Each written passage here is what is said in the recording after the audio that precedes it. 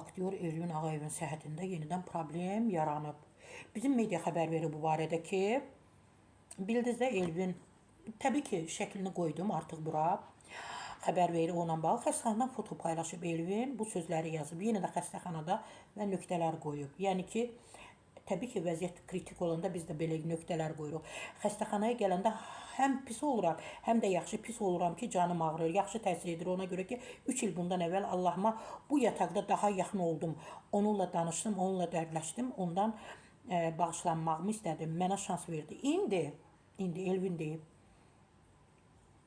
İndi hər dəfə bu problemim olanda xəstəxanaya yatmağa gələndə elə hiss edirəm ki, Rəbbimin mənə danışmağa, yəni Rəbbim məni danışmağa çağırır. Allahımın verdiyi hər bir sınağa şükür olsun və Elvin qaraciyər sirozundan əziyyət çəkir.